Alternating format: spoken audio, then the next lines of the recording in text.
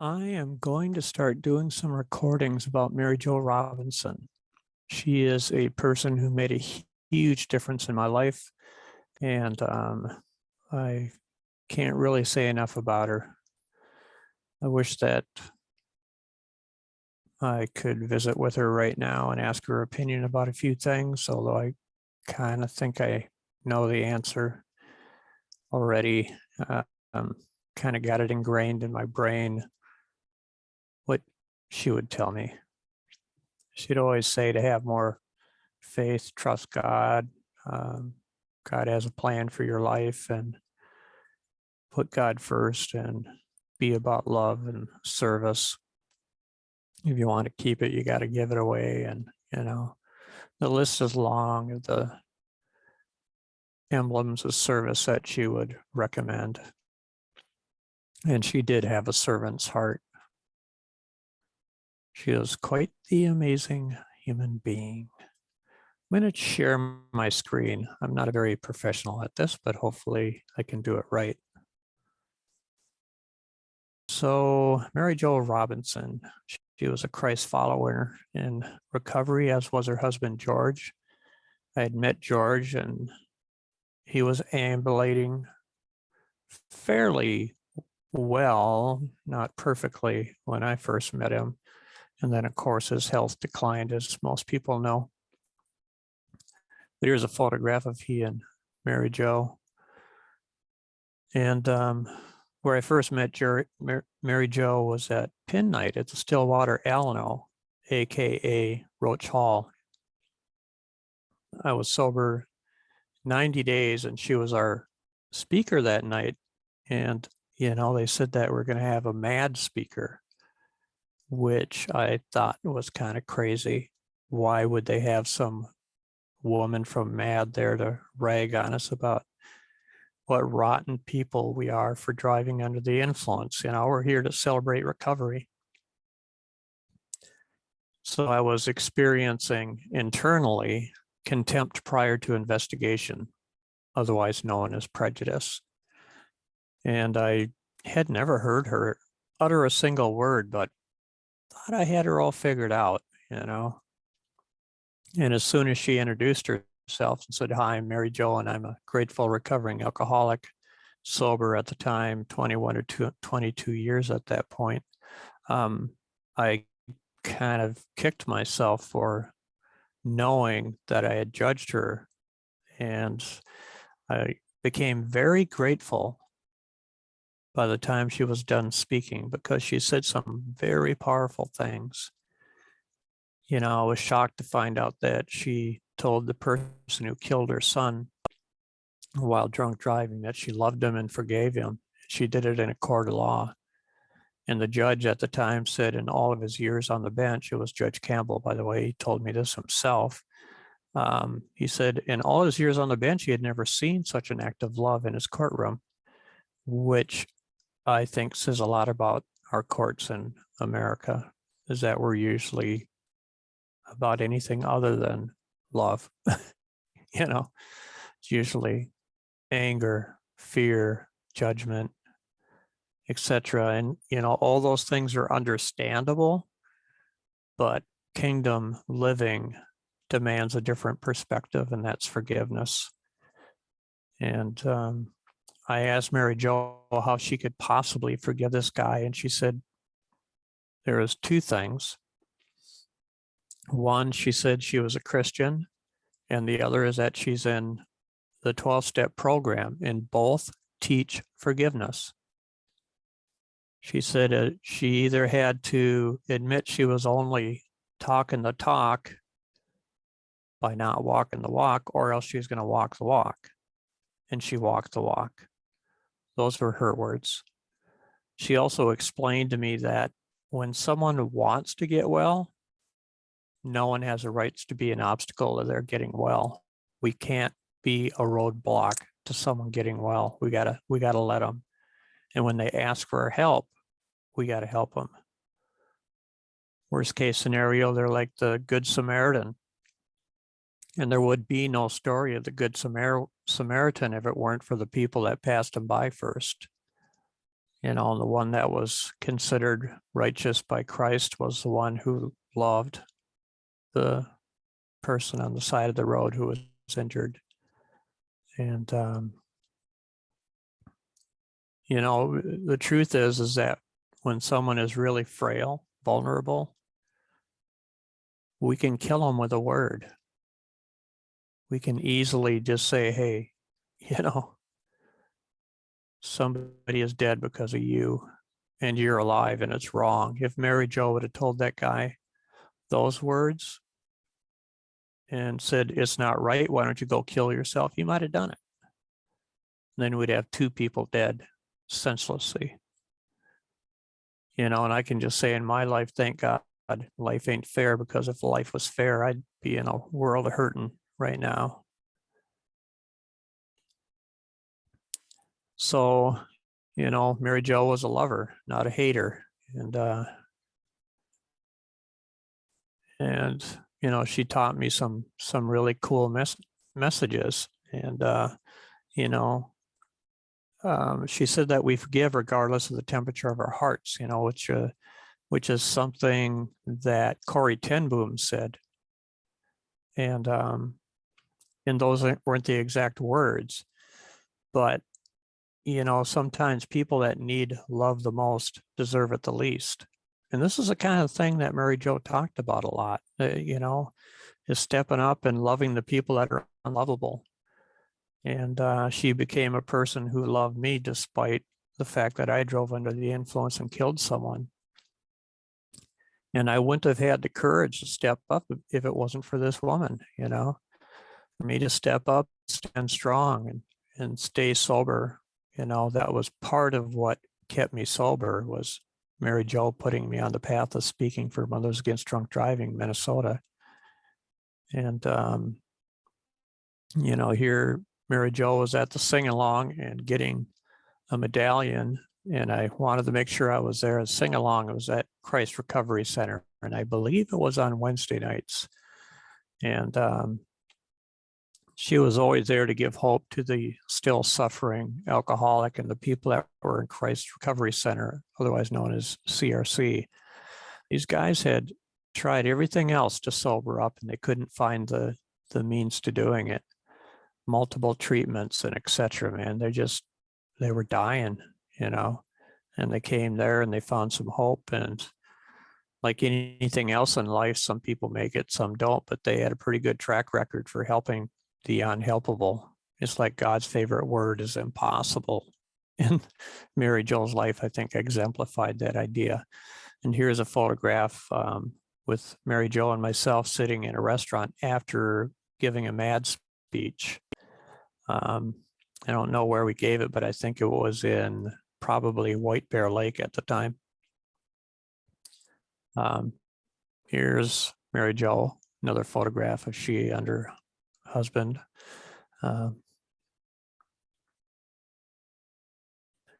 There's the CRC Center in the summertime. Spoken there a couple of times, and at the mission, I've spoken there on Sundays too. They had to listen to you, otherwise they wouldn't get their free meal and stuff, So they weren't there to hear me. They were there to get a sandwich, which is okay. You just never know when someone's gonna hear, come for one reason and stay for another, and that's cool. But CRC is a wonderful place. Here I was speaking at the Victim Impact Panel, and I always tell a little bit about Mary Jo's story in my life, because her story became part of my story. I wouldn't be the person I am today if it wasn't for her. I didn't want to speak for MAD when she first suggested I do it. She was all excited when she found out I had killed someone, and said, "Oh, you gotta get in there, dig in and help some people." And I said, "No, I'm not going to do it." "Are you crazy? I'm not a speaker." And she said, "Well, in recovery, when we're asked to do service work, we don't get to say no." And I thought, "Oh, crap," And then she said, besides, what if there's a person in an audience at a MAD panel that might be an alcoholic? And you might be the one that they would hear, and it would make a difference in their life. So you would be helping the still struggling alcoholic to, get into sobriety. And again, I felt kind of trapped. I didn't want to speak, but the things that she hit me with were, obviously true to us. And so I started speaking for MAD in January of 91. And, you know, and frankly, it wasn't like a huge miracle happened in my life. It was a miracle, the first panel I heard in the preceding December, where higher coincidences, synchronicities were all over the panel that I was just listening to see if I should do this. And I felt like God's writing was all over the wall saying, yeah, need you in MAD.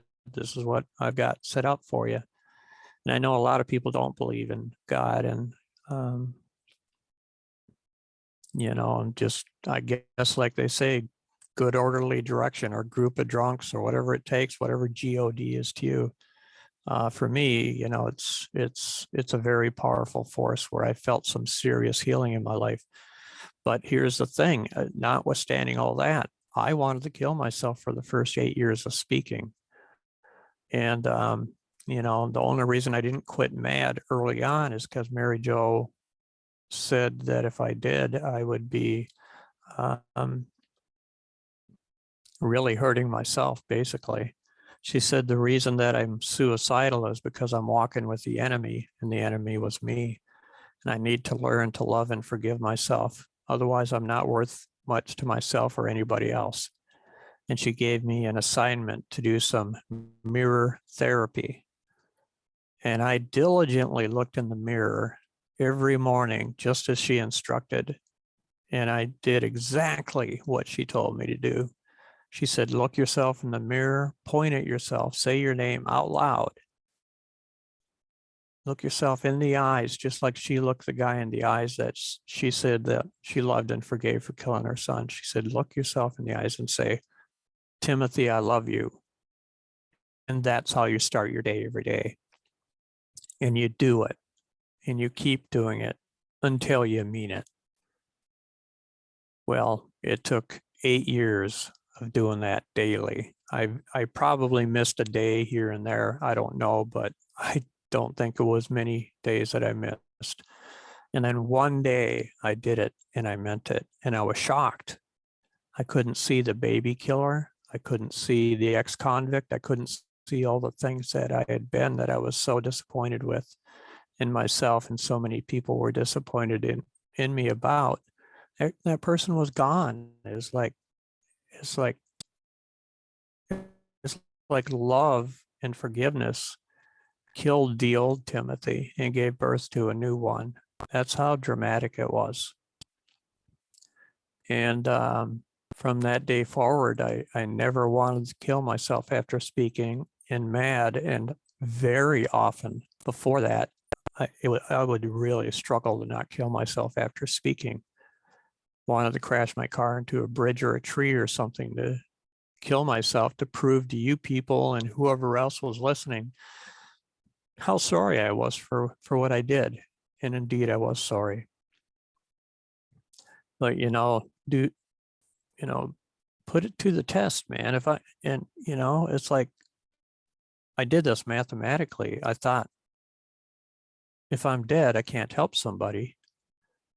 And what if I help 2 or 3 people? Not drive under the influence that would have killed someone. And I've talked to thousands and thousands, probably tens of thousands of people in MAD panels and in schools and other situations. And let's just say only a few that were going to kill someone didn't. Now 3 people might be alive that would have been dead if it wasn't for what I did. So I might have took a life, but a couple were saved because of me. It doesn't get me off the hook for what I did. What I did was wrong. It'll always be wrong. But, sometimes the worst things that we've done in life, if they're used wisely can be the best thing that could happen for someone else, and so I'm glad I started speaking.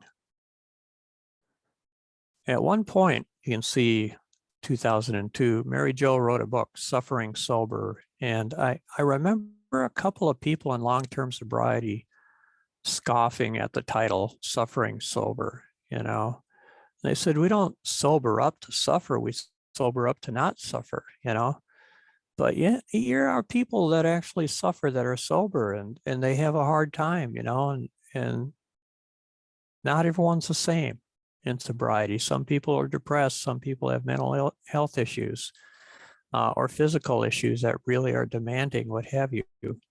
And she wrote that book for them. And, she always told me I worked a good program.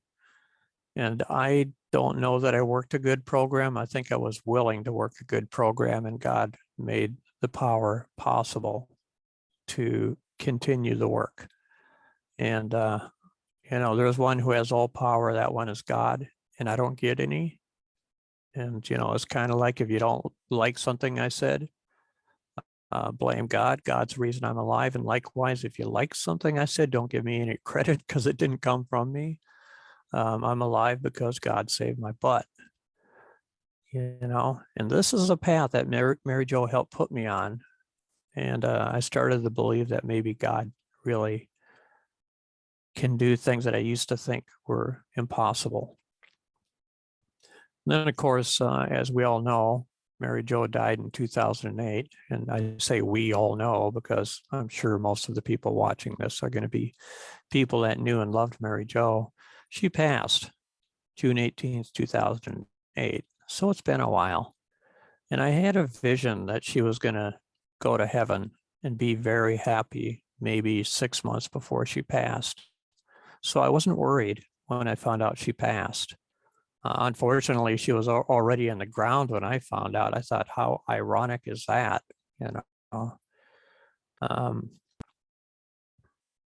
But she's up above partying now. Okay, that's it, folks, for now.